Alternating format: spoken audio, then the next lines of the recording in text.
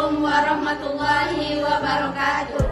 Halo teman-teman semuanya, di sini kami kelompok 2 strategi pembelajaran matematika akan memberikan video mengenai penerapan dalam kehidupan sehari-hari, yaitu pembelajaran matematika atau materi pada pembelajaran matematika. Assalamualaikum warahmatullahi wabarakatuh. Baiklah teman-teman, di sini saya Defauzia Putri akan menjelaskan penerapan contoh soal matematika dalam kehidupan sehari-hari. Yang pertama yaitu materi matematika mengenai pola, barisan, dan bilangan. Yang kedua mengenai koordinat kartesius. Selanjutnya relasi dan fungsi. Setelah itu persamaan garis lurus, sistem persamaan linier dua variabel, teorema Pitagoras, lingkaran, garis singgung lingkaran, bangun ruang dan sisi datar, dan yang terakhir yaitu mengenai statistik. Baiklah, langsung saja kita pada penerapan dalam kehidupan sehari-hari mengenai materi pola dan barisan bilangan. Nah, contohnya yaitu ketika kita menyusun benda yang teratur penempatannya sehingga membentuk pola bilangan yang menarik. Contohnya saja yaitu penyusunan pada bola biliar atau formasi pada penerjun bebas. Selanjutnya contoh penerapannya yaitu susunan biji pada bunga matahari. Selanjutnya yaitu sekelompok batang dan ranting pohon dan susunan barisan pada childers. Materi yang kedua yaitu mengenai koordinat kartesius. Contoh penerapan dalam kehidupan sehari-harinya yaitu apabila dua garis sumbu yang sering tegak lurus dan terletak pada bidang yang sama atau pada satu bidang, yaitu bidang X dan Y. Contohnya saja yaitu menentukan keberadaan atau posisi suatu benda pada titik tertentu. Contohnya menentukan sebuah titik pada peta atau denah tertentu. Digunakan dalam bidang penerbangan udara atau saat pesawat terbang. Materi ketiga yaitu relasi dan fungsi. Hal ini terjadi pada saat kita membuat silsilah keluarga, di mana silsilah keluarga menyatakan hubungan antar anggota keluarga, misalnya hubungan antara anak dengan ayah yang akan membuat suatu relasi, atau hubungan antar saudara satu dengan saudara lainnya. Contoh selanjutnya mengenai relasi dan fungsi yaitu hubungan antar negara dan ibu kota negaranya. Materi keempat yaitu persamaan garis lurus. Contoh penerapan persamaan garis lurus diantaranya yaitu menentukan kecepatan antara jarak dan waktu. Selanjutnya yaitu perbandingan saat kita berbelanja di pasar antara satu benda dengan benda lainnya. Setelah itu menentukan kemiringan pada PLTA. Dan penerapan persamaan garis lurus dalam kehidupan sehari-hari dapat terlihat pada saat pesawat sedang lepas landas atau menentukan kemiringan pesawat saat sedang lepas landas. Materi selanjutnya yaitu sistem persamaan linier dua variabel. Hal ini dapat dilihat pada saat kita berbelanja. Nah, yaitu dalam perbandingan saat kita membeli, misalnya saja kita saat membeli buku dan pena. Di situ kita dapat menyatakan berapa jumlah harga pada masing-masing alat tulis yang kita beli. Kemudian sistem persamaan linier dua variabel juga berfungsi untuk menentukan harga sebuah barang yang telah kita beli, mencari harga per unit atau harga tunggal dari sebuah barang, dan membantu untuk menentukan laba maksimum serta laba minimum. Pada teorema Pitagoras, penerapan matematika dalam kehidupan sehari-hari dapat terlihat saat kita mengukur kemiringan suatu gedung atau saat kita menghitung kemiringan sebuah tangga, atau juga kita dapat menghitung diagonal televisi serta menghitung permukaan tangga atau benda-benda yang berbentuk segitiga yang terdiri dari alas, sisi miring, sisi alas, dan juga sisi tegak. Materi selanjutnya yaitu mengenai lingkaran. Banyak penerapan dari lingkaran yang dapat kita terapkan dalam kehidupan sehari-hari dapat dilihat dari bentuk-bentuk benda yang berbentuk lingkaran. Contohnya saja jari-jari ban Honda. Kita dapat menghitung keliling lingkaran. Contoh benda selanjutnya yaitu lingkaran pada ring basket, setir mobil, ban kendaraan, dan banyak lainnya. Materi selanjutnya yaitu bangun ruang sisi datar. Penerapan bangun ruang sisi datar dapat dilihat saat kita menghitung keliling kolam renang atau menghitung bangun ruang yang berbentuk kubus, balok, seperti akuarium yang berbentuk balok, televisi yang berbentuk kubus. serta kita dapat menghitung bangun-bangun ruang yang berbentuk bintang datar yang ada di dalam rumah kita, contohnya saja lemari, menghitung kado yang berbentuk prisma atau berbentuk kubus. Kemudian penerapan matematika pada pembelajaran statistika, yaitu kita dapat menghitung mean, median, dan modus. Kita dapat menghitung berapa jumlah siswa yang ada dalam suatu kelas dan kita mencari nilai rata-ratanya. Juga kita dapat menentukan tinggi semua siswa, misalnya siswa kelas 6, selanjutnya kita mencari nilai tengahnya dari tinggi tersebut. Sekian pembahasan saya mengenai penerapan pembelajaran matematika dalam kehidupan sehari-hari. Apabila ada kesalahan saya mohon maaf. Saya akhiri. Wassalamualaikum warahmatullahi wabarakatuh. Assalamualaikum warahmatullahi wabarakatuh. Perkenalkan, nama saya Dalia Naryani. Di sini saya akan menjelaskan mengenai contoh penerapan matematika dalam kehidupan sehari-hari. Yang pertama ada bilangan pecahan. Bilangan pecahan contohnya dalam kehidupan sehari-hari seperti yaitu pekerjaan konstruksi. Pekerjaan konstruksi itu contohnya misalnya tukang kayu ingin membuat sebuah pintu dengan ukuran yang hasilnya 8 kaki 3,5 inci. Selanjutnya ada dapur dan resep. Contohnya seperti seperempat tepung saat kita hendak membuat kue. Selanjutnya yaitu ada dalam sains dan teknologi. Contoh penerapan matematika yang selanjutnya ada bilangan Romawi. Bilangan Romawi contohnya dalam kehidupan sehari-hari. Yang pertama untuk penulisan halaman buku, yang kedua untuk penulisan nomor di bab buku, yang ketiga untuk penulisan kelas di sekolah. Contoh penerapan yang selanjutnya ada bangun ruang. Bangun ruang contoh penerapannya seperti yang pertama ketika ingin membuat rumah yang berbentuk balok. Yang kedua contohnya ketika ingin membuat bak mandi. Contoh penerapan yang selanjutnya yaitu ada limit fungsi trigonometri. Limit fungsi trigonometri digunakan dalam kehidupan sehari-hari seperti yang pertama menghitung rotasi bumi maupun benda lainnya yang berbentuk elips. Yang kedua juga digunakan untuk menghitung kerusakan jantung. Contoh penerapan yang selanjutnya ada pada materi limit fungsi keterhinggaan. Contohnya dalam kehidupan sehari-hari yaitu yang pertama yaitu pembuatan tanggal kadaluarsa makanan. Yang kedua untuk menghitung biaya rata-rata dan bunga. Materi selanjutnya itu ada turunan fungsi trigonometri. Manfaatnya dalam kehidupan sehari-hari yaitu untuk menentukan yang pertama untuk menentukan nilai minimum dan maksimum. Yang kedua untuk menentukan percepatan dan kecepatan. Materi yang selanjutnya yaitu ada statistik inferensial. Contoh penerapannya dalam kehidupan sehari-hari yaitu yang pertama alat untuk menduga populasi. Yang kedua metode analisis yang terstruktur. Materi yang selanjutnya ada data berdistribusi normal. Contohnya itu untuk membantu menentukan tingkat normalitas dengan kecenderungan sentral. Terima kasih. Assalamualaikum warahmatullahi wabarakatuh. Saya Dwi Landari. Di sini saya akan menjelaskan contoh penerapan dalam kehidupan sehari-hari pada pembelajaran matematika. Yang pertama yaitu contoh penerapan peluang dalam kehidupan sehari-hari. Contohnya peluang keluar gambar tulisan 1000 ketika melempar uang koin. Contoh yang selanjutnya peluang terjadinya hujan hari ini. Contoh yang selanjutnya peluang keluarnya angka 6 pada saat bermain ular tangga. Dan contoh yang selanjutnya itu peluang terambilnya bola merah di antara 5 bola lain berwarna putih. Yang kedua yaitu contoh penerapan bilangan bulat dalam kehidupan sehari-hari. Contohnya yaitu pada nomor telepon atau nomor handphone.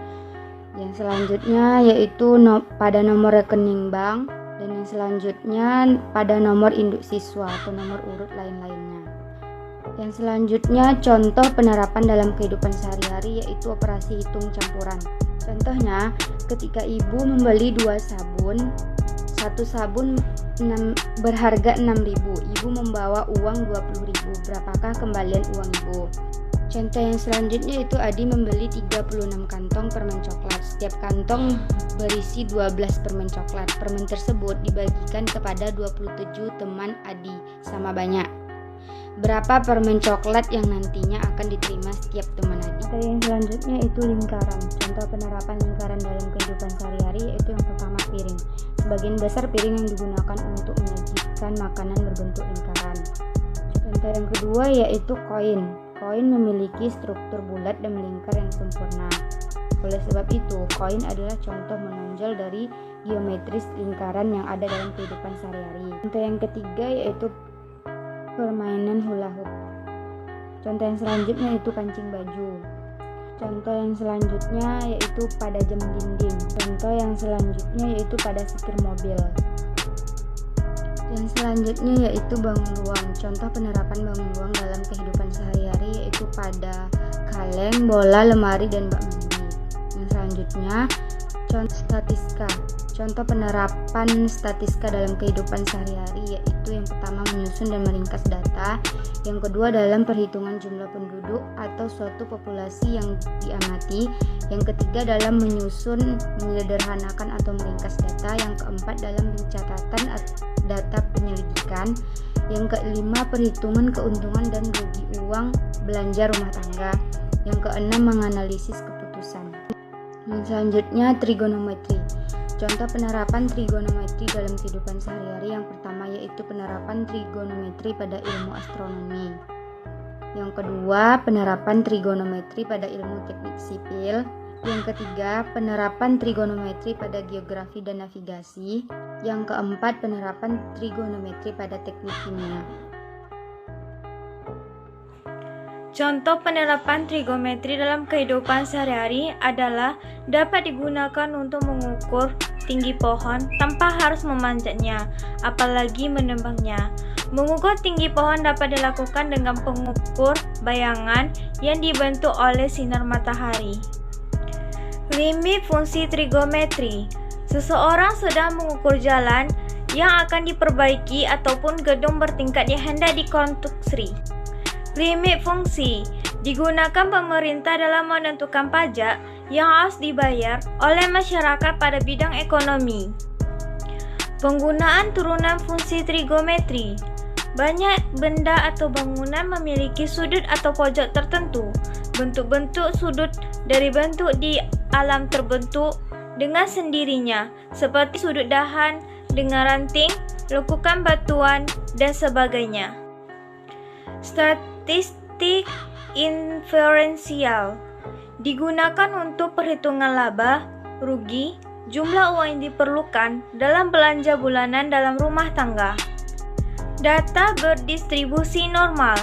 Misal, diketahui data nilai akhir mahasiswa statistika distribusi ITIP TFP UB yang berdistribusi normal, maka dikatakan bahwa sebagian besar nilai mahasiswa berada di sekitar rataan dan sangat sedikit sekali mahasiswa yang nilainya sangat bagus dan sangat sedikit pula yang nilainya sangat jelek. Fungsi eksponen dalam bidang ekonomi biasanya dalam perbankan, seperti seorang petani membutuhkan sebesar 5 juta pada 10 tahun yang akan datang. Assalamualaikum warahmatullahi wabarakatuh. Kali ini saya Detila Laura Alfiana Ahmadi akan membahas tentang manfaat materi matematika dalam kehidupan sehari-hari. Yang pertama, suku banyak digunakan untuk menghitung suatu tumpukan-tumpukan barang yang berbentuk sama dengan jumlah isi yang berbeda. Yang kedua, komposisi fungsi dan fungsi inverse.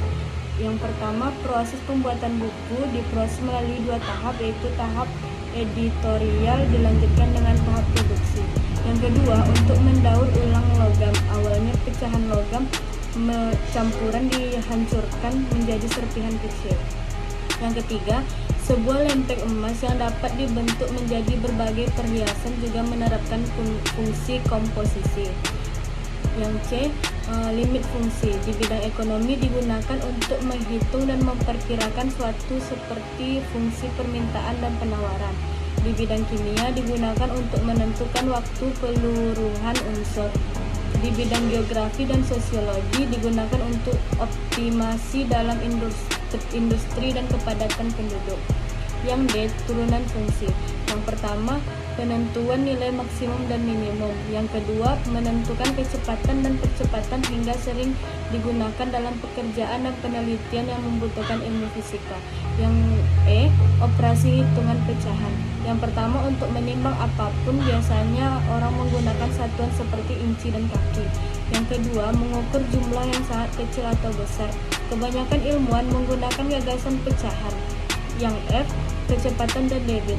Kita dapat memperkirakan jumlah waktu yang diperlukan untuk mengisi suatu wadah atau semisalnya hanya dengan mengetahui volume sebuah wadah. Yang G, skala. Yang pertama, memudahkan penggambaran pada peta. Yang kedua, membuat kita mengalami kondisi sesungguhnya, letak geografi dan lain-lain. Yang ketiga, dapat memperbesar atau memperkecil sebuah peta. Yang H, bangun ruang. Kita dapat lebih mengenal struktur unsur yang ada di dalamnya dan tentunya akan memudahkan kita untuk membuat langkah perhitungan tepat berkaitan dengan luas, volume, dan ukuran-ukuran lain yang ditanyakan. Yang I, pengumpulan dan penyajian data. Dalam hal kecepatan dan kemudahan, artinya dirancangnya basis data bertujuan untuk mempercepat proses pengolahan informasi. Karena adanya konsep primary key, indexing, searching, sorting, dan masih banyak lagi. Sekian dari saya. Assalamualaikum warahmatullahi wabarakatuh. Assalamualaikum warahmatullahi wabarakatuh. Baiklah, di sini saya akan menjelaskan manfaat mempelajari fungsi eksponen, fungsi logaritma, dan sebagainya. Jadi di sini kita langsung saja masuk pada yang pertama, manfaat mempelajari fungsi logaritma. Nah, jadi manfaatnya itu untuk pertumbuhan tanaman, lalu peluruhan radioaktif, dan lain sebagainya. Nah, lalu yang kedua ada fungsi logaritma. Manfaat mempelajari fungsi logaritma untuk menentukan jarak antar planet, lalu rumus daya ingat, lalu menentukan derajat keasaman, lalu mengukur kekuatan gempa bumi, dan sebagainya. Selanjutnya, vektor. Manfaat mempelajari vektor untuk menerbangkan layang-layang, lalu membuat anak tidak terlempar dari bidang miring saat bermain jungkir-jungkir, lalu membuat arus sungai menyeret perahu, dan membuat tarikan antar busur, panah, dan anak panah. Lalu yang selanjutnya ada bilangan bulat dan pecahan. Manfaat mempelajari bilangan bulat dan pecahan, manfaatnya yaitu untuk pengurutan peringkat atau prestasi, lalu menghitung banyak dari benda, lalu menghitung banyak usia, menghitung jarak, dan lain sebagainya. Selanjutnya, bentuk aljabar. Manfaat mempelajari bentuk aljabar yang sering diterapkan siswa adalah untuk manajemen uang saku yang diberikan orang tua tiap minggu. Selanjutnya, persamaan dan pertidaksamaan linear satu variabel. Jadi manfaatnya itu bisa menentukan kecepatan, lalu menentukan biaya tarif. Dan selanjutnya ada himpunan. Manfaat mempelajari himpunan yaitu untuk membuat setiap orang yang mempelajari logika untuk bisa berpikir secara rasional, kritis, lurus, tetap, tertib, metodis, koheren. Selanjutnya, garis dan sudut. Jadi manfaat mempelajari garis dan sudut. Yang pertama, sudut. Sudut itu bisa bermanfaat untuk menghitung kemiringan dan kemiringan tinggi benda. Sedangkan garis dalam kehidupan sehari-hari bisa bermanfaat untuk sebagai petunjuk arah dan sebagainya. Lalu selanjutnya ada bangun datar. Manfaat bangun datar dalam kehidupan sehari-hari. Untuk rekayasa sebuah bangunan memerlukan bangun datar, dan untuk para ahli dalam membuat pengembangan sains atau ilmu pengetahuan. Sekian saja video dari kami. Jangan lupa untuk like, comment, and subscribe. Kami akhiri. Wassalamualaikum warahmatullahi wabarakatuh.